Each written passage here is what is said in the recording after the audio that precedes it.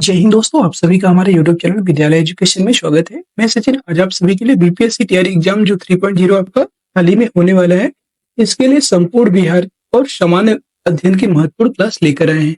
ये जो है आज जो आपकी क्लास करवाई जा रही है एक दिन पहले, ये इसलिए करवा रहे हैं ताकि आपका जितना भी अभी तक पढ़ा है आपने, एक प्रैक्टिस सेट के तौर पर जो है आप लोग इसका रिविजन करेंगे। और ये जीएस की महत्वपूर्ण क्लास होने वाली है, क्योंकि सबसे अधिक जो जीएस है सबसे ज्यादा पूछी जाती है। चाहे वो 6 to 8 में आपका मैथ साइंस वाला ग्रुप हो, उसमें भी 40 क्वेश्चन जीएस के पूछते हैं। इसके बाद अगर आपका जो है एसएसटी का है, तो एसएसटी में आपका टोटल 40 क्वेश्चन आपके जीएस के, और एसएसटी के क्वेश्चन आपके जो 2 सब्जेक्ट होंगे उनके उनसे 80 क्वेश्चन पूछेंगे। मतलब देखा जाए तो 120 क्वेश्चन आपके जो यहाँ पे एसएसटी वाले सब्जेक्ट में आपके 120 क्वेश्चन जीएस के पूछे जाएंगे। और प्राइमरी की बात करें तो प्राइमरी में भी लगभग 90 से 100 क्वेश्चन आपके जो है जीएस के पूछे जाते हैं। इस परिप्रेक्ष्य से भी सबसे ज्यादा सामान्य अध्ययन का पूछा जाता है। इसलिए आज की क्लास बहुत ही इंपॉर्टेंट है। एक बार सभी लोग देखिएगा, प्रैक्टिस हो जाएगी इससे आपके, और सभी के सभी जो जितने भी क्वेश्चन एनसीईआरटी और एससीईआरटी के महत्वपूर्ण क्वेश्चन है। ठीक है, तो चलिए शुरू करते हैं आज के इस क्लास में। आप सभी का स्वागत है। आपका पहला क्वेश्चन है आज की क्लास का, नाबार्ड किस प्रकार का बैंक है? वाणिज्यिक बैंक व्यापार और उद्योग पर केंद्रित, निजी बैंक तकनीकी विकास पर केंद्रित, सहकारी बैंक सामाजिक और शहरी विकास पर केंद्रित, या विकास बैंक कृषि और ग्रामीण विकास पर केंद्रित? ये बताना है किस प्रकार का बैंक है। तो जो नाबार्ड है, नाबार्ड एक प्रकार का कृषि और ग्रामीण विकास पर केंद्रित है। नाबार्ड के बारे में टीआरई 1 में क्वेश्चन पूछा गया था, इसलिए ये इंपॉर्टेंट क्वेश्चन हो जाता है। विकास बैंक एक जो है कृषि और ग्रामीण विकास पर केंद्रित है। ठीक है, डी ऑप्शन इसका राइट हो जाएगा। क्वेश्चन नंबर 2 है, स्थायी लागत पर सकल राष्ट्रीय उत्पाद एनएनपी डैश है। ये बताना है सकल राष्ट्रीय उत्पाद जो है ये बताना है कितनी है। राष्ट्रीय आय के बराबर, हमेशा सकल घरेलू उत्पाद से अधिक, राष्ट्रीय आय से अधिक, या राष्ट्रीय आय से कम। उस स्थानीय लागत पर जो सकल राष्ट्रीय उत्पाद होता है ये जो है हमेशा कितना होता है, ये हमेशा राष्ट्रीय आय के बराबर होता है, नेशनल इनकम के बराबर होता है एनएनपी। ए ऑप्शन करेक्ट हो जाएगा। थर्ड नंबर क्वेश्चन है, सामाजिक विज्ञान विषय में टीएलएम प्रयुक्त नहीं होता है। चुंबकीय कंपास, ग्लोब, मानचित्र, नेपियर पट्टी। इसमें जो है हम लोग चुंबकीय कंपास को प्रयोग करते हैं, ग्लोब को प्रयोग करते हैं, मानचित्र का प्रयोग करते हैं, नेपियर पट्टी का प्रयोग नहीं करते हैं। डी ऑप्शन इसका राइट हो जाएगा। टीएलएम का फुल फॉर्म क्या होता है, याद रखिएगा, टीचिंग लर्निंग मटेरियल होता है। और इसमें जो है टीचिंग लर्निंग मटेरियल में चुंबकीय कंपास, ग्लोब और मानचित्र का प्रयोग करते हैं। फोर्थ नंबर क्वेश्चन है, निम्न में से किस जलवायु प्रदेश में एस्किमो पाए जाते हैं? एस्किमो जो बर्फ के घरों में रहते हैं, तो आप सभी को पता है एस्किमो कहाँ सबसे ज्यादा ठंड होगी, तो ये जो है सबसे अधिक जो है टुंड्रा प्रदेशों में होती है। टुंड्रा प्रदेशों में एस्किमो पाए जाते हैं। ये ऑप्शन करेक्ट हो जाएगा। क्वेश्चन नंबर है नेक्स्ट आपका 5वां नंबर क्वेश्चन है, निम्नलिखित में से किसने विश्व के प्राकृतिक प्रदेशों की योजना को सर्वप्रथम प्रतिपादित किया? हम्बोल्ट ने, हेटनर ने, हार्टसोन ने, या हर्बर्टसन ने? ये जो है बताना है किसने किया है। ये हर्बर्टसन ने जो है प्राकृतिक प्रदेशों की योजना को सर्वप्रथम प्रतिपादित किया है। डी ऑप्शन करेक्ट हो जाएगा। नेक्स्ट क्वेश्चन है क्वेश्चन नंबर 6 है, भारत में किस वर्ष रेल बजट को आम बजट में मिला लिया गया था? ये बताना है आपको, जो किस वर्ष जो है भारत को रेल बजट में मिला लिया गया था। ठीक है, ये बताना है। ठीक है, 2015, 2016, 2017, 2018। तो जो भारतीय के जो रेल बजट है इसको आम बजट में मिलाया गया था 2017 में। ये ऑप्शन करेक्ट हो जाएगा। ठीक है, और 2017 में जो रेल बजट को आम बजट में मिलाया गया था, ये जो है अलग, पहले जो है अलग अलग, इससे पहले ये अलग अलग पेश किए जाते थे, लेकिन सिर्फ एक ही बजट अब पेश किया जाता है, याद रखिएगा। नेक्स्ट क्वेश्चन है, विश्व में सर्वाधिक अवसाद ढोने वाली नदी कौन सी है? ये बताना है। विश्व में सर्वाधिक जो अवसाद ढोने वाली नदी है कौन सी है? अमेजन, नील, ब्रह्मपुत्र, या गंगा? इसका जो है राइट आंसर हो जाएगा, वो हो जाएगा ब्रह्मपुत्र। ब्रह्मपुत्र जो है सबसे अधिक अवसाद ढोती है। ये ऑप्शन राइट हो जाएगा। ठीक है, नेक्स्ट क्वेश्चन है क्वेश्चन नंबर 8, निम्न में से कौन सा शांत ज्वालामुखी का उदाहरण है? Kilimanjaro, Vesuvius, Krakatoa, Stromboli? यहाँ पे जो है आपको बताना है कि शांत ज्वालामुखी का उदाहरण कौन सा है। तो आपका जो ये किलिमंजारो की बात करेंगे तो यह एक प्रकार का जो है आपका शांत ज्वालामुखी है, ये ऑप्शन राइट हो जाएगा। जबकि विसुवियस, क्राकाटोआ और स्टाम्बोली ये सक्रिय ज्वालामुखी के उदाहरण है। नेक्स्ट क्वेश्चन है मूल्यांकन। मूल्यांकन संबंधित है। मूल्यांकन में हम लोग क्या करते हैं? तो मूल्यांकन में छात्रों के कौशलों के विकास से, छात्रों की उपलब्धियों से, छात्रों की रुचि से या छात्रों के गुणों से। तो हम लोग जो है मूल्यांकन किसका करते हैं? मूल्यांकन हम जो है छात्रों के कौशल या विकास का करते हैं, याद रखिएगा। जो कौशल विकास जितने भी वो सीखते जाते हैं, जिनका जिनका उनका जिस जिस क्षेत्र में उनका विकास होता जाता है, उन कौशलों का हम लोग मूल्यांकन करते हैं। इसलिए कौशलों के विकास से संबंधित है मूल्यांकन।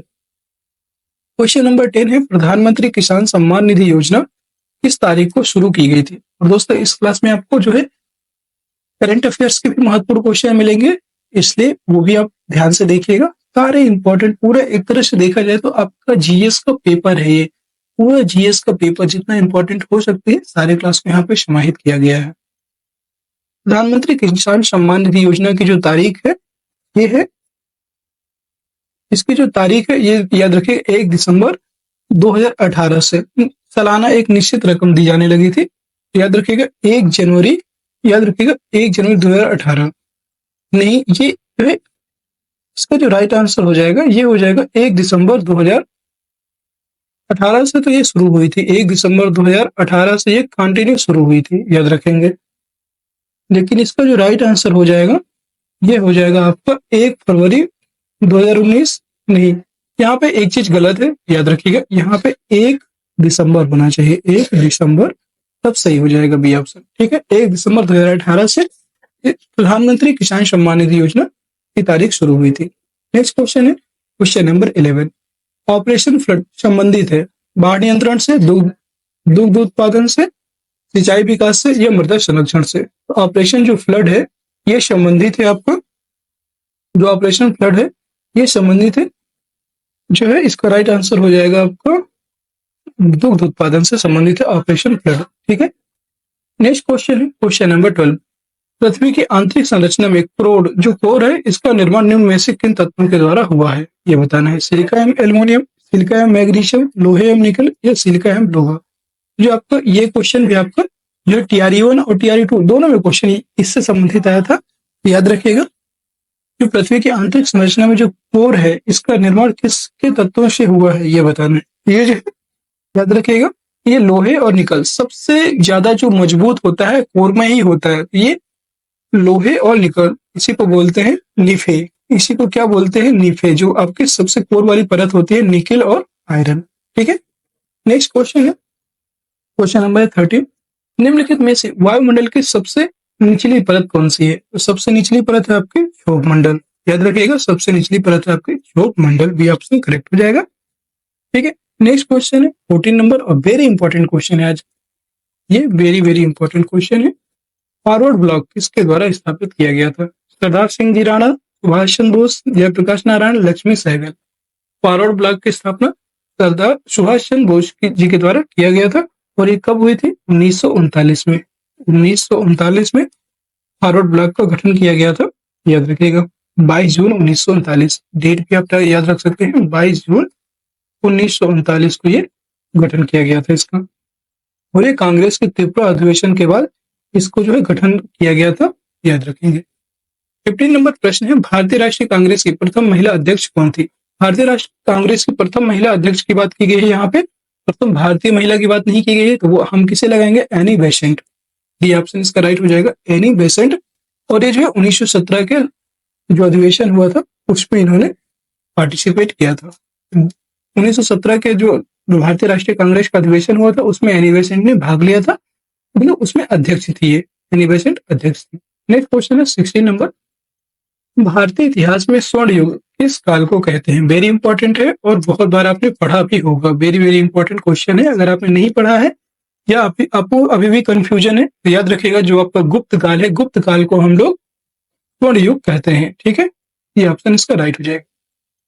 17 नंबर क्वेश्चन है दिल्ली के लाल किले में मोती मस्जिद का निर्माण किया था। तो मोती मस्जिद का निर्माण करवाया गया था, ये किसके द्वारा करवाया गया था? ये जो है औरंगजेब के द्वारा मोती मस्जिद का निर्माण करवाया गया। 17 का डी हो जाएगा।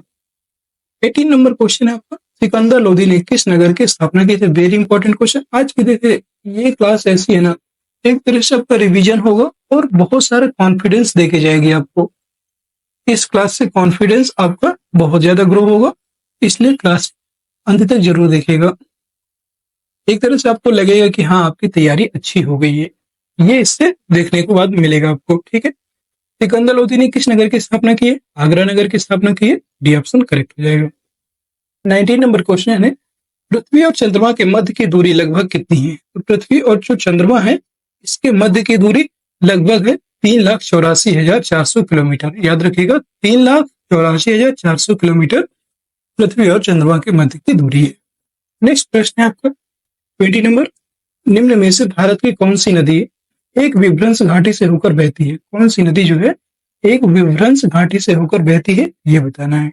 ये जो है नर्मदा नदी आपकी जो है एक विभ्रंश घाटी से होकर बहती है। ये ऑप्शन करेक्ट हो जाएगा।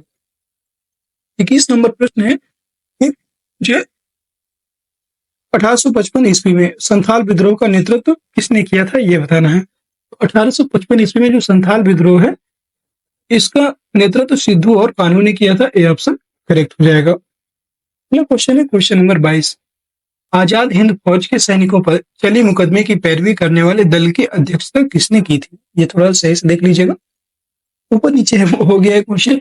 जो आपकी आजाद हिंद फौज है इसके सैनिकों पर जो चली मुकदमे की पैरवी है उस किस दल ने इसकी अध्यक्षता की थी? तो वो करने वाले थे भूला भाई देसाई। ये ऑप्शन इसका राइट हो जाएगा, भूला भाई देसाई ने ही इसकी अध्यक्षता किया था। 23 नंबर क्वेश्चन है, वक्राकार ईंटें सिंधु सभ्यता में कहां से मिली हैं? इसका आंसर बताना है आपको। जो आपकी वक्राकार ईंटें हैं इसके ये कहां से मिली थी? ये लोथल गुजरात से मिली थी। बी ऑप्शन राइट हो जाएगा। सॉरी, ये आपकी जो है चनहुदड़ो से मिली थी। सॉरी, चनहुदड़ो से मिली थी। याद रखेंगे, इसका जो राइट आंसर हो जाएगा वो हो जाएगा सी ऑप्शन, चनहुदड़ो। ठीक है, नेक्स्ट क्वेश्चन है 24, वर्ष 1959 पंचायती राज के किन राज्यों ने सर्वप्रथम लागू किया था? पंचायती राज कहाँ कहाँ पे हुई थी? सबसे पहले ये राजस्थान के नागौर जिले में हुआ था और इसके बाद आंध्र प्रदेश। इसका जो राइट आंसर हो जाएगा राजस्थान और आंध्र प्रदेश। ये ऑप्शन करेक्ट हो जाएगा। नेक्स्ट है 25 नंबर क्वेश्चन है कि कौन निर्णय करता है कि कोई विधेयक धन विधेयक है या नहीं? उसमें जो है सिंपल सा है, लोकसभा का अध्यक्ष, स्पीकर। ये ऑप्शन करेक्ट हो जाएगा। लोकसभा का अध्यक्ष ही जो है यह निर्णय देता है कि ये कोई विधेयक धन विधेयक होगा या नहीं। अगला प्रश्न है 26, सभी भारतीयों को मतदान का अधिकार होना चाहिए चाहे उनका सामाजिक आर्थिक स्तर कुछ भी हो, यह किसका विचार था? वेरी इंपॉर्टेंट क्वेश्चन है। ये जो मौलिक अधिकार से बहुत ज्यादा इंपॉर्टेंट हो जाता है। ये किसका विचार था? Mahatma Gandhi, doctor Rajendra Prasad, B R Ambedkar या जवाहरलाल नेहरू? ये कथन था आपका बी आर अम्बेडकर। बाबा साहब भीमराव अम्बेडकर जी ने यह कहा था कि सभी भारतीयों को मतदान का अधिकार होना चाहिए चाहे उनका सामाजिक आर्थिक जो स्तर है वो कुछ भी हो। ठीक है, इसका सी ऑप्शन राइट हो जाएगा। यहाँ पे सी होगा और यहाँ पे डी होगा। 27 नंबर प्रश्न है, संवैधानिक सरकार का अर्थ है संविधान की शर्तों के अनुसार सरकार, कानून के अनुसार सरकार, लोकतांत्रिक सरकार या उपरोक्त सभी। तो संवैधानिक सरकार का जो अर्थ होता है ये यही होता है कि संविधान की शर्तों के अनुसार चले सरकार, कानून के अनुसार सरकार कार्य करे और लोकतांत्रिक सरकार हो। उपरोक्त सभी डी ऑप्शन राइट हो जाएगा। राज्यसभा के कितने सदस्यों को राष्ट्रपति मनोनीत करते हैं? ये 12 सदस्यों को राष्ट्रपति मनोनीत करते हैं। सी ऑप्शन करेक्ट हो जाएगा। 29 नंबर प्रश्न है, निम्नलिखित में से किसने शिक्षा के एक महान केंद्र विक्रमशिला महाविहार का निर्माण करवाया था? ये बताना है। विक्रमशिला जो महाविहार है इसका निर्माण करवाने वाले थे वो कोई और नहीं थे, धर्मपाल जी थे। धर्मपाल जी ने विक्रमशिला महाविहार का निर्माण करवाया। ये ऑप्शन करेक्ट हो जाएगा। आपको एक क्वेश्चन का आंसर देना है कि नालंदा विश्वविद्यालय का निर्माण किसने करवाया था? नालंदा जो विश्वविद्यालय है इसका निर्माण किसने करवाया था? इसका आंसर जरूर दीजिएगा कमेंट बॉक्स में। 30 नंबर क्वेश्चन है, गांधी को चंपारण आने का आमंत्रण किसने दिया था? तो ये थे राजकुमार शुक्ल। ये ऑप्शन करेक्ट हो जाएगा। 31 नंबर क्वेश्चन है, किन आधारों पर राष्ट्रपति राज्यपाल को पदच्युत कर सकेगा? राष्ट्रपति राज्यपाल को किन आधारों पर पदच्युत या पदमुक्त कर सकता है? सॉरी, पदच्युत मतलब चुनाव कर सकेगा, ये बताना है। इसमें बताना है पदच्युत मतलब पदमुक्त कर सकेगा या पद से हटा सकेगा, ये बताना है। तो ये पदाचार, असमर्थता, संविधान का उल्लंघन, राज्यपाल की पदच्युत के आधार का संविधान में कोई उल्लेख नहीं किया गया है। तो इसका जो राइट आंसर हो जाएगा, ये हो जाएगा आपको डी ऑप्शन। राज्यपाल की जो पदच्युत के आधार का कोई संविधान में उल्लेख नहीं है, अर्थात संविधान राष्ट्रपति अपने किसी भी कारणवश उसको जो है हटा सकता है, क्योंकि उसी के प्रसाद पर्यंत तो वो जो है राज्यपाल नियुक्त होते हैं, इसलिए राष्ट्रपति उन्हें हटा सकते हैं। नेक्स्ट क्वेश्चन है 32। राज्य विधानसभा की अधिकतम सदस्य संख्या क्या है? राज्य विधानसभा, तो राज्य में अधिकतम जो विधानसभा की अधिकतम सदस्य संख्या है, ये हो जाएगी आपके 500। 500 से अधिक नहीं हो सकती है। और सबसे अधिक विधानसभा वाला राज्य कौन सा है? तो वो है आपका यूपी। यूपी में सबसे अधिक विधानसभा सीटें हैं, 403 विधानसभा हैं। अगला प्रश्न है question number 33। Doctor B R Ambedkar ने निम्न में से कौन से अधिकारों को संविधान का हृदय और आत्मा कहा है? डॉक्टर बी आर अम्बेडकर ने जो है मौलिक अधिकारों में आपको जो एक वर्णित है संवैधानिक उपचारों का अधिकार, ये आपको जो है आर्टिकल 32 में दिया हुआ है। आर्टिकल 32 में दिया हुआ है और इसी को डॉक्टर बी आर अम्बेडकर ने संविधान का हृदय और आत्मा कहा है। ये ऑप्शन करेक्ट हो जाएगा। 34 नंबर क्वेश्चन है सोनालिका किस फसल की प्रजाति है? मक्का, जौ, गेहूं और धान। तो आप सभी ने सोनालिका जरूर देखा होगा। सोनालिका मतलब फसल के बारे में सुना ही होगा, और ये जो है आपका ये गेहूं की प्रजाति है, याद रखिएगा। 35 नंबर प्रश्न है 1913 ईस्वी में पटना में अनुशीलन समिति की एक शाखा की स्थापना किसने की थी? ये अनुशीलन समिति की जो एक शाखा की स्थापना है, ये आपके करने वाले थे रामानंद सिन्हा, सतीश झा, सतीश चंद्र बसु या विपिन झा। 1913 में जो इसकी स्थापना हुई थी, उस समय जो है सतीश चंद्र बसु ने 24 मार्च 1902 को, मतलब इसकी जो स्थापना है ये सतीश चंद्र बसु ने की थी 1913 में। राइट हो जाएगा। ठीक है।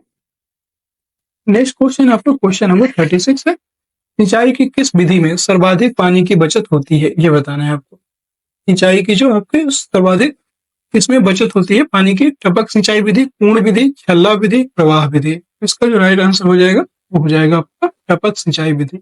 इसमें जो है सबसे कम पानी, मतलब सबसे कम पानी लगता है, इसलिए पानी की बचत होती है।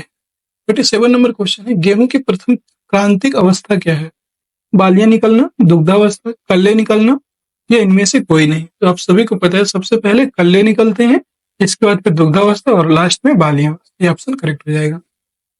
38 नंबर प्रश्न है मृदा विज्ञान की वह शाखा जिसमें मृदा का अध्ययन पादप वृद्धि के दृष्टिकोण से किया जाता है उसे कहते हैं? पारिस्थितिकी, भूगर्भ विज्ञान, पेडागोजी, इडेफोलॉजी। इसको हम लोग कहते हैं इडेफोलॉजी। याद रखिएगा, मृदा विज्ञान की वह शाखा जिसमें मृदा का अध्ययन पादप वृद्धि के दृष्टिकोण से किया जाता है उसे हम इडेफोलॉजी कहते हैं। डी ऑप्शन करेक्ट हो जाएगा। 39 नंबर क्वेश्चन है इंपॉर्टेंट है, पॉलिटी का क्वेश्चन है वाक और अभिव्यक्ति की स्वतंत्रता असीमित नहीं है, मतलब असीमित नहीं है, जिस ऐसा नहीं है कि इसकी सीमा नहीं, इसकी भी सीमा है। इस पर कब प्रतिबंध लगाया जा सकता है ये बताना है। राष्ट्र की एकता एवं अखंडता के पक्ष में, संसद और न्यायालय की अवमानना या मानहानि में, लोक व्यवस्था, शिष्टाचार एवं सदाचार में, उपरोक्त सभी आधारों में। ये जो है आपका उपरोक्त जो है इसमें जो है लोक व्यवस्था, शिष्टाचार एवं सदाचार, याद रखिएगा लोक व्यवस्था, शिष्टाचार एवं सदाचार में जो है प्रतिबंध लगाया जा सकता है। ये ऑप्शन करेक्ट हो जाएगा। अगला प्रश्न है क्वेश्चन नंबर 40। कौन सा विषय राज्य सूची में उल्लेखित नहीं है? कृषि, कानून व्यवस्था, नागरिकता, भूमि एवं राजस्व। याद रखिएगा राज्य सूची में कौन सा उल्लेखित नहीं होगा? कृषि तो होगा, फिर आपका जो है कृषि के साथ साथ और कौन सा होगा? तो कृषि के साथ साथ अगर होगा तो हो जाएगा आपका कृषि के साथ साथ इसमें जो है कानून व्यवस्था हो जाएगी, फिर भूमि एवं राजस्व हो जाएगा, नागरिकता नहीं होगी इसमें। सी ऑप्शन राइट हो जाएगा। और पिछला वाला जो प्रश्न है उसको एक बार थोड़ा सा फिर से देख लेते हैं। ये वाक और अभिव्यक्ति की स्वतंत्रता असीमित नहीं, इस पर कब प्रतिबंध लगाया जा सकता है? तो राष्ट्र के एकता में अखंडता के पक्ष में, एकदम सही, इसमें भी है। संसद और न्यायालय की अवमानना या मानहानि में, इसमें भी है। जब संसद और न्यायालय की अवमानना करेंगे तब भी हमारी वाक और अभिव्यक्ति की स्वतंत्रता सीमित नहीं रहेगी, असीमित नहीं रहेगी। तो ये दो ए बी सी तीनों सही है, और इसमें थोड़ा सा मिस्टेक हो गया। इसका राइट आंसर डी हो जाएगा। आप इसे थोड़ा सा चेक सही कर लीजिएगा। इसका राइट आंसर डी हो जाएगा। उपयुक्त सभी आधारों पर आपकी वाक और अभिव्यक्ति की स्वतंत्रता सीमित हो जाती है, असीमित मतलब सीमित हो जाती है इन सभी अगर क्राइटेरिया होते हैं तो डी ऑप्शन इसका राइट हो जाएगा। अगला क्वेश्चन आपका क्वेश्चन नंबर 41। मुरब्बा बनाने के लिए अनुपयुक्त फल है। मुरब्बा बनाने के लिए अनुपयुक्त फल कौन सा है? बेल, आंवला, संतरा या सेब? तो सबसे अनुपयुक्त की बात करेंगे, उपयुक्त तो सबसे उपयुक्त तो आपका आंवला है, ठीक है।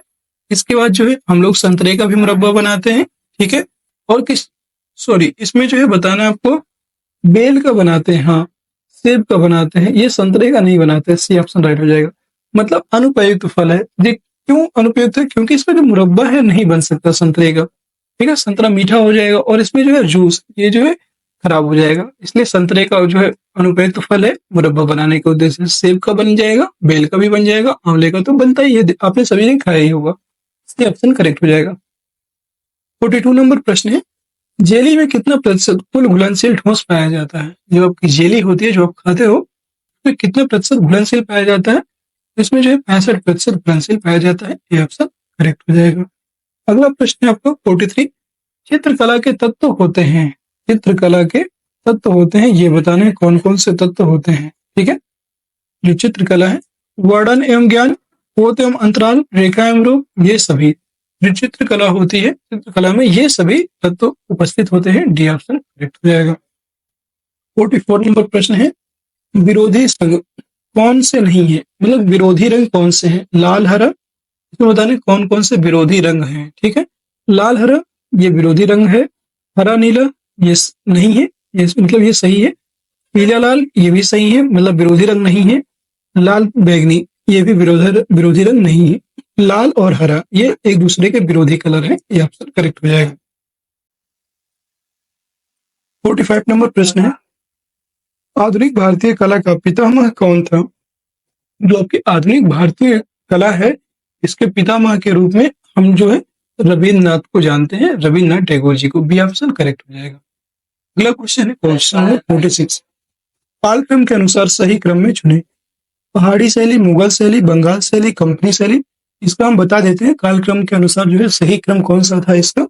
सही क्रम था इसमें सबसे पहले आई थी मुगल शैली, सबसे पहले मुगल शैली आई थी, फिर पहाड़ी शैली, फिर कंपनी शैली और फिर बंगाल शैली। याद रखिएगा, मुगल शैली, पहाड़ी शैली, कंपनी शैली और बंगाल शैली, यही इसका राइट हो जाएगा, ठीक है। शैलियों के जो कालक्रम के अनुसार है ये मुगल शैली से स्टार्ट होता है और बंगाल शैली तक रहता है। डी ऑप्शन करेक्ट हो जाएगा। 47 नंबर प्रश्न है, निम्नलिखित में से कौन सा ग्रंथ सारंग देव द्वारा रचित है? याद रखिएगा, सारंग देव द्वारा कौन सा रचित है? संगीत रत्नाकर, रागमंजरी, गीत गोविंद, संगीत मकरंद। तो सारंग देव द्वारा जो रचित है वो है आपका संगीत रत्नाकर। ये ऑप्शन करेक्ट हो जाएगा। आमद शब्द संबंधित है तबला से, गायन से, सितार से या नृत्य से? आमद, आमद जो है, आमद शब्द की बात करेंगे तो यह है आपका नृत्य से संबंधित है आमद शब्द। अगला प्रश्न है प्रश्न नंबर 49। बंची टॉप एक बीमारी है, आम की, लीची की, केला की या सेब की? तो बंची टॉप एक प्रकार की केला की बीमारी है। सी ऑप्शन करेक्ट हो जाएगा। 50 नंबर प्रश्न है, फर्टिगेशन का संबंध है परागण से, निषेचन से, संकरण से या जल एवं उर्वरक से? तो फर्टिगेशन, फर्टिगेशन का जो संबंध होता है ये जल एवं उर्वरक दोनों से होता है। इसका राइट आंसर हो जाएगा जल एवं उर्वरक। नेक्स्ट क्वेश्चन है क्वेश्चन नंबर 51 है, भोजन में सबसे अधिक कैलोरी किसमें होती है? वसा, कार्बोहाइड्रेट, प्रोटीन या खनिज? वसा में सबसे अधिक जो है कैलोरी पाई जाती है। ये ऑप्शन करेक्ट हो जाएगा। अगला क्वेश्चन है 52। मांसपेशियां किस कार्य में सहायक होती हैं? शरीर को सुडौल और आकर्षक बनाने में नहीं, शरीर को गतिशीलता में। एकदम सही, बी ऑप्शन राइट हो जाएगा। अगला क्वेश्चन है 53। मनुष्य को व्यायाम कब करना चाहिए? ये तो सभी को पता है, प्रातःकाल खाली पेट। सी ऑप्शन राइट हो जाएगा। अगला प्रश्न है आपका 54। मनुष्य का मस्तिष्क कहाँ स्थित होता है? तो मनुष्य का जो मस्तिष्क है ये कपाल में स्थित होता है। ये ऑप्शन करेक्ट हो जाएगा। अगला प्रश्न है 55। फुटबॉल का पहला अंतरराष्ट्रीय मैच कब हुआ था? फुटबॉल का जो पहला अंतरराष्ट्रीय मैच है ये हुआ था 1873 ईस्वी में। बी ऑप्शन करेक्ट हो जाएगा। और 1872 में हुआ था। 1872 में हुआ था। कहीं कहीं पर 1873 भी देखने को मिलता है, लेकिन 1872 इसका राइट हो जाएगा। 1873 नहीं, 1872 रखिएगा, ये ऑप्शन इसका राइट हो जाएगा। तो दोस्तों, अगर आप सभी को क्लास पसंद आ रही हो तो क्लास को प्लीज एक बार सभी लोग लाइक कर दीजिए, शेयर कर दीजिए, और चैनल में नए हैं तो चैनल को सब्सक्राइब भी अवश्य कर लीजिए। 56 नंबर प्रश्न है, सैयद मोदी को किस खेल के लिए भारतीय राष्ट्रीय पदक मिला था? सैयद मोदी जो है, इनको जो है बैडमिंटन खेल के लिए भारतीय राष्ट्रीय पदक मिला था, ये ऑप्शन करेक्ट हो जाएगा। ओलंपिक ध्वज में कितने चक्र होते हैं? तो ओलंपिक जो ध्वज होता है, इसमें जो है कुल मिलाकर के 5 चक्र होते हैं, डी ऑप्शन करेक्ट हो जाएगा। अगला प्रश्न है 58, कबड्डी में कितने खिलाड़ी होते हैं? तो कबड्डी की बात करेंगे, कबड्डी में जो है आपके 7 खिलाड़ी होते हैं, बी ऑप्शन राइट हो जाएगा। कबड्डी में 7 खिलाड़ी होते हैं। राग पीलू किस वर्ग में आता है? राग पीलू किस वर्ग में आता है? शुद्ध, संकीर्ण, ए और बी दोनों, किसी में नहीं। जो आपका राग पीलू है, ये जो है संकीर्ण में आता है, बी ऑप्शन करेक्ट हो जाएगा। 60 नंबर क्वेश्चन है, किसका उपनाम गलत है, ये बताना है। वाजिद अली, अख्तर पिया, इसमें बताना है किसका गलत है। वाजिद अली का जो उपनाम था अख्तर पिया, ये सही है। शामता प्रसाद मिश्र जो है, इनका नाम है गुदई महाराज, ये भी सही है। महबूब खान दरस पिया, ये भी सही है। इनायत हुसैन प्राण प्रिया, ये गलत है, डी ऑप्शन राइट हो जाएगा। इनायत हुसैन को जो है प्राण प्रिया नाम से नहीं जानते थे, इसलिए डी ऑप्शन राइट हो जाएगा। 61 नंबर क्वेश्चन है, निम्नलिखित में से किसको अंग्रेजी सरकार ने काकोरी षड्यंत्र के मामले में फांसी पर चढ़ा दिया था? ये रामप्रसाद बिस्मिल को यहाँ पर जो है फांसी पर चढ़ा दिया था, बी ऑप्शन राइट हो जाएगा। नेक्स्ट क्वेश्चन है क्वेश्चन नंबर 62, श्रीमती अरुणा आसफ अली का निधन जुलाई 1996 में हुआ, वे किस क्षेत्र में योगदान के लिए जानी जाती हैं? साहित्य, स्वतंत्रता संग्राम, संगीत, उपयुक्त में से कोई नहीं। तो इनका जो मेन योगदान था वो था स्वतंत्रता संग्राम, बी ऑप्शन राइट हो जाएगा। 63 नंबर प्रश्न है, महात्मा गांधी दक्षिण अफ्रीका से भारत किस वर्ष लौटे थे? महात्मा गांधी जो थे वो दक्षिण अफ्रीका से 1915 9 जनवरी 1915 को लौटे थे, ये ऑप्शन राइट हो जाएगा। फिर अगला क्वेश्चन है question number 64, Bihar Samajwadi party 1931 ईस्वी में बिहार समाजवादी पार्टी का गठन किसने किया था? फूलचंद तिवारी और राजेंद्र प्रसाद, फूलन प्रसाद वर्मा और जयप्रकाश नारायण, राजकुमार शुक्ल और स्वामी अग्निवेश, या स्वामी सहजानंद और स्वामी योगानंद? याद रखिएगा, इस पार्टी के जो संस्थापक थे वो थे आपके फूलन प्रसाद वर्मा और जयप्रकाश नारायण, बी आपसे करेक्ट हो जाएगा। 65 नंबर प्रश्न है, अंग्रेजी शासनकाल में भारत छोड़ो मांग कब की गई थी? तो ये जो है अगस्त 1942 में भारत छोड़ो की मांग की गई थी, ये ऑप्शन करेक्ट हो जाएगा। ये जो है 8 अगस्त को की गई थी, ठीक है। 66 नंबर प्रश्न है, जलियांवाला बाग में किस अंग्रेज अफसर ने गोलियां चलवाई थी? General Kelly, lord Lithgow, general Bruce Francis या जनरल डायर? तो आप सभी को पता है जो है जनरल डायर ने यहाँ पर गोलियां चलवाई थी, याद रखिएगा, जनरल डायर, ये इसका राइट हो जाएगा, ठीक है। डी ऑप्शन में है, इसलिए डी ऑप्शन इसका राइट हो जाएगा, ठीक है। अगला प्रश्न है क्वेश्चन नंबर 67, कांग्रेस ने कब पहली बार भारत की स्वतंत्रता का प्रस्ताव पारित किया था? ये बताना है। तो पहली बार कब जो है स्वतंत्रता का प्रस्ताव इन्होंने पारित किया था? 1927, 1915, 1942 या 1935? इसका जो है राइट आंसर हो जाएगा, वो हो जाएगा 1927 को जो है पहली बार, ये ऑप्शन राइट हो जाएगा। अगला प्रश्न है 68, गांधी जी की मृत्यु पर किसने कहा था कि हमारे जीवन से प्रकाश चला गया? लॉर्ड माउंटबेटन, डॉक्टर राजेंद्र प्रसाद, डॉक्टर एस राधाकृष्णन या जवाहरलाल नेहरू? ये कहने वाले थे Jawaharlal Nehru, D option right हो जाएगा। 69 नंबर प्रश्न है, निम्नलिखित में से कौन भारतीय राष्ट्रीय कांग्रेस की अध्यक्षा रही? ये बताना है। सुचेता कृपलानी, अरुणा आसफ अली, एनी बेसेंट या विजय लक्ष्मी पंडित? इसमें जो है एनी बेसेंट जो है तो सुचेता कृपलानी, ये भी याद रखिएगा आपको, ठीक है। निम्न में से कौन भारतीय राष्ट्रीय कांग्रेस की अध्यक्षा रही थी?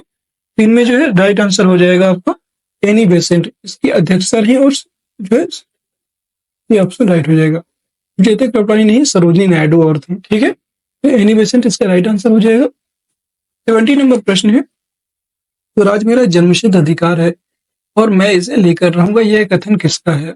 यह जो कथन था बाल गंगाधर तिलक जी का था, बी ऑप्शन करेक्ट हो जाएगा। अगला प्रश्न है 71। निम्नलिखित में से कौन सा गैस समूह ग्रीन हाउस प्रभाव में योगदान देता है?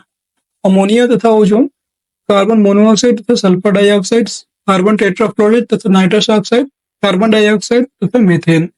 इसमें बताना है कि कौन सा जो है ग्रीन हाउस प्रभाव में योगदान देता है। तो ग्रीन हाउस प्रभाव की बात करेंगे तो इसमें जो है कार्बन डाइऑक्साइड और मीथेन सबसे ज्यादा जो है ग्रीन हाउस प्रभाव में योगदान देते हैं। ये ऑप्शन करेक्ट हो जाएगा। याद रखिएगा CO2 और CH4। अगला प्रश्न है 72। जलवायु परिवर्तन का कारण है, ये बताना है कि क्यों जलवायु परिवर्तन होता है। ग्रीन हाउस गैसें, ओजोन परत का क्षरण, प्रदूषण, उपयुक्त सभी। इसका जो राइट आंसर हो जाएगा वो हो जाएगा उपयुक्त सभी। अगला प्रश्न है 73। निम्नलिखित में से कौन सा वायु प्रदूषण का एक जैव सूचक है? तो आपका लाइकेन। लाइकेन जो है वायु प्रदूषण का एक जैव सूचक होता है। बी ऑप्शन राइट हो जाएगा और ये TRE 2 में क्वेश्चन पूछा गया था। ठीक है। अगला प्रश्न है 74 नंबर क्वेश्चन है। पारिस्थितिकी तंत्र के जैविक घटकों में कौन उत्पादक घटक है, ये बताना है। तो इसमें जो है गाय, मोर, बाघ या हरे पौधे। इसमें जो है उत्पादक घटक में हरे पौधे आएंगे। ठीक है, उत्पादक हरे पौधे ही होते हैं। ठीक है, डी ऑप्शन इसका करेक्ट हो जाएगा। 75 नंबर क्वेश्चन है। विलुप्त होने वाली प्रजातियों की सूचीबद्धता होती है, इसको जो है रेड डाटा बुक में इनको सूचीबद्ध करते हैं। बी ऑप्शन करेक्ट हो जाएगा। 76 नंबर प्रश्न है। निम्नलिखित आर्द्र क्षेत्रों में किन्हें रामसर का दर्जा प्राप्त है, ये बताना है।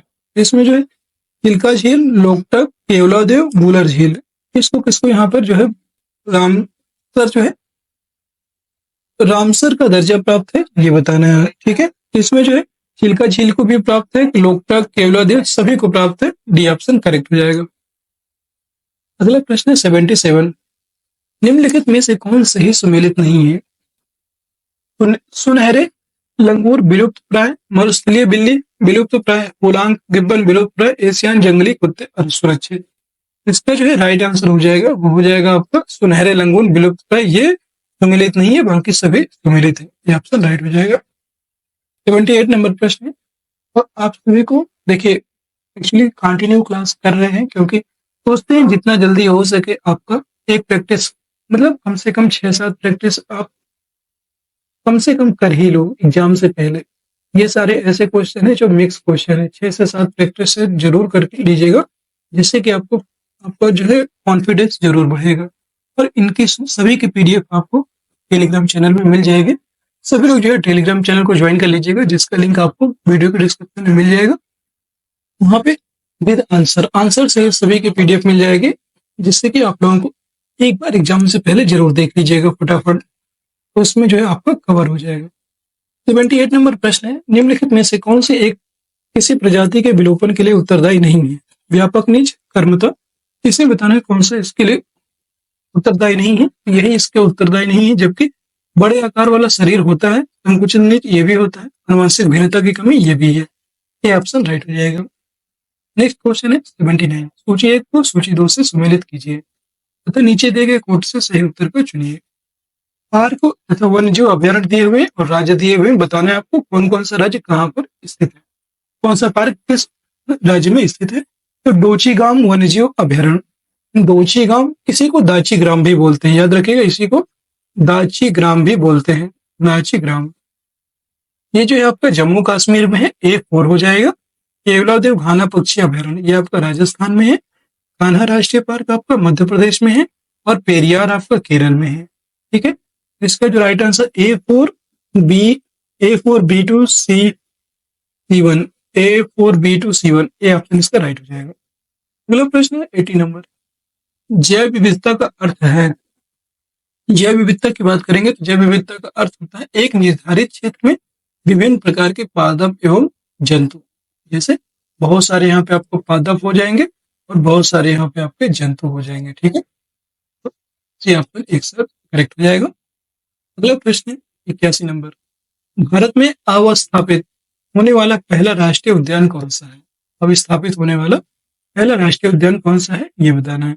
जो आपका जो सबसे एक तरह से पूछ रहा है कि सबसे पुराना कौन सा है, याद रखिएगा जिम कॉर्बेट राष्ट्रीय उद्यान। बी ऑप्शन करेक्ट हो जाएगा। ये आपका कॉर्बेट राष्ट्रीय उद्यान भारत एवं एशिया के प्रथम राष्ट्रीय उद्यान के रूप में जो है प्रथम राष्ट्रीय उद्यान के रूप में इसे जो है नामित किया गया है। और ये जो है हेली, इसे जो है गवर्नर हेली के नाम पर भी रखा गया है। तो इसे जो है हेली नेशनल पार्क भी के नाम से भी जाना जाता है, हेली नेशनल पार्क के नाम से भी इसको जाना जाता है। ठीक है। और 1936 में इसको जो है बनाया गया था। कहां पर? ये नैनीताल में बनाया गया था, नैनीताल उत्तराखंड। ठीक है? ये आपको याद रखना है। अगला प्रश्न है 82। पर्यावरण का संतुलन बनाए रखने के लिए वनान अंतर्गत क्षेत्रफल होना चाहिए, मतलब वनों के अंतर्गत क्षेत्रफल होना चाहिए 10%, 30%, 33% या 53%। तो आप सभी को पता है 33% जो है वनों का अंतर होना चाहिए। ये ऑप्शन राइट हो जाएगा। 83 नंबर प्रश्न है, विश्व ओजोन दिवस मनाया जाता है TRE 1 में, TRE 2 में शायद ये क्वेश्चन पूछा गया था, याद रखिएगा 16 सितंबर को विश्व ओजोन दिवस मनाया गया था। एक ही क्लास से बहुत सारे क्वेश्चन आपको यहाँ पे मिल जाएंगे। ठीक है। 84 नंबर क्वेश्चन है, ग्रीन मफलर संबंधित है, तो ग्रीन मफलर आपका ध्वनि प्रदूषण से संबंधित होता है, याद रखिएगा। ठीक है, ये ऑप्शन राइट हो जाएगा। 85 नंबर प्रश्न, सूर्य से आने वाला हानिकारक पराबैंगनी विकिरण कारण हो सकता है, तो इससे जो है हमें क्या होता है? यकृत कैंसर, मस्तिष्क कैंसर, मुखिया कैंसर या त्वचा कैंसर। तो जो सूर्य से आने वाली जो हानिकारक विकिरण होती है, पराबैंगनी विकिरण, इससे हमें होता है त्वचा कैंसर, स्किन कैंसर हो जाता है। डी ऑप्शन करेक्ट हो जाएगा। 86 नंबर प्रश्न है, ओजोन बायोस्फीयर को बचाती है, इंफ्रारेड, अल्ट्रावायलेट, तो अल्ट्रावायलेट किरणों से बचाती है ओजोन बायोस्फीयर को। ठीक है, बी ऑप्शन इसमें राइट हो जाएगा। 87 नंबर क्वेश्चन है, मीथेन गैस उत्पादन करने वाला क्षेत्र है, गेहूं का खेत, धान का खेत, कपास, मूंगफली। तो आप सभी को पता है धान के खेत में मीथेन गैस उत्पन्न होती है, बी ऑप्शन करेक्ट हो जाएगा। ठीक है, अब कहाँ कहाँ पे होता है? तो धान के खेत, कोयले की खदानें और घरेलू पशु जो वातावरण में उत्सर्जन हो, मानवीय स्रोत होते हैं, वो सभी जो है मीथेन गैस का उत्पादन करते हैं। 88 नंबर क्वेश्चन है, इंपॉर्टेंट है ये, नीरी, नीरी का मुख्यालय या नीरी स्थित है, तो जो नीरी का मुख्यालय है, नीरी आपका जो है ये स्थित है महाराष्ट्र में, याद रखिएगा, मुंबई के महाराष्ट्र में स्थित है, सॉरी ये आपका नागपुर में स्थित है। ये नीरी आपका जो है नागपुर में स्थित है, नागपुर महाराष्ट्र में स्थित है, याद रखिएगा। और नीरी का जो फुल फॉर्म होता है, याद रखिएगा, राष्ट्रीय पर्यावरण इंजीनियरिंग एवं अनुसंधान संस्थान। ठीक है, इसका फुल फॉर्म होता है। अगला प्रश्न 89 नंबर, निम्नलिखित वर्षों में से कब पर्यावरण संरक्षण अधिनियम पारित हुआ था? पर्यावरण संरक्षण अधिनियम 1986 में पारित हुआ था, ये ऑप्शन करेक्ट हो जाएगा। और इस अधिनियम के माध्यम से पर्यावरणीय मानकों के संबंध में विभिन्न विनियमों का निर्माण हुआ किया गया, जिससे कि पर्यावरण संरक्षण की दिशा में प्रगति हो सके। अगला प्रश्न 90 नंबर, और आज की क्लास का हमारा ये अंतिम प्रश्न होगा, भारत में जैव विविधता की दृष्टि से धनी स्थान कौन सा है? जैव विविधता, पश्चिमी घाट, पूर्वी घाट, थार रेगिस्तान, बंगाल की खाड़ी। तो आपका जो है पश्चिमी घाट जो है जैव विविधता की दृष्टि से सबसे धनी है, ये सबसे अधिक यहाँ पर जैव विविधता देखने को मिलती है, ये आपसे करेक्ट रहेगा। और किसी प्राकृतिक प्रदेश में पाई जाने वाली जंगली तथा पालतू जीव जंतु एवं पादपों की प्रजातियों की बहुलता को जैव विविधता कहते हैं, ये भी आप याद रख सकते हैं। ठीक है, और भारत में जो है जैव विविधता की दृष्टि से दो स्थान है, एक आपका पश्चिमी घाट है, दूसरा कौन सा है? तो दूसरा है आपका पूर्वी हिमालय, ये भी आप याद रख सकते हैं। अगर आपसे पूछता है तो पूर्वी हिमालय भी जो है जैव विविधता की दृष्टि से दूसरा स्थल। ठीक है, ऐसी लगी आज की क्लास कमेंट बॉक्स में जरूर बताइएगा। अगर क्लास आप सभी को पसंद आई तो क्लास को एक बार सभी लोग जो है लाइक कर दीजिए, शेयर कर दीजिए, और चैनल पर नए हैं तो चैनल को सब्सक्राइब अवश्य कर लीजिएगा। सभी लोग जो है टेलीग्राम चैनल को ज्वाइन कर लीजिए, टेलीग्राम चैनल पे आपको जो है इस क्लास का लिंक मिल जाएगा, तो वहां से आप ज्वाइन कर लीजिएगा, और इसके पहले वाली जो क्लास है उसका लिंक भी वहीं पे आपको मिल जाएगा। ठीक है, मिलते हैं फिर किसी नेक्स्ट वीडियो में, तब तक के लिए जय हिंद, जय भारत। सभी अपना ख्याल रखें, अपने स्वास्थ्य का ख्याल रखें, और आपके जो है एग्जाम है कल से, कुछ लोग कल ही निकल जाएंगे, कुछ लोग परसों निकल जाएंगे, मतलब 13 या 14 2 दिन आप लोग जो है अपने एग्जाम सेंटर की ओर जो प्रस्थान करेंगे। इसलिए सभी लोग जो है जब भी आपको टाइम मिले आप क्लास देख लीजिएगा, और क्लास देखने के बाद एक बार टाइम मिले तो आप PDF भी जरूर देख लीजिएगा। ठीक है, आज के लिए बस इतना ही। जय हिंद, जय भारत।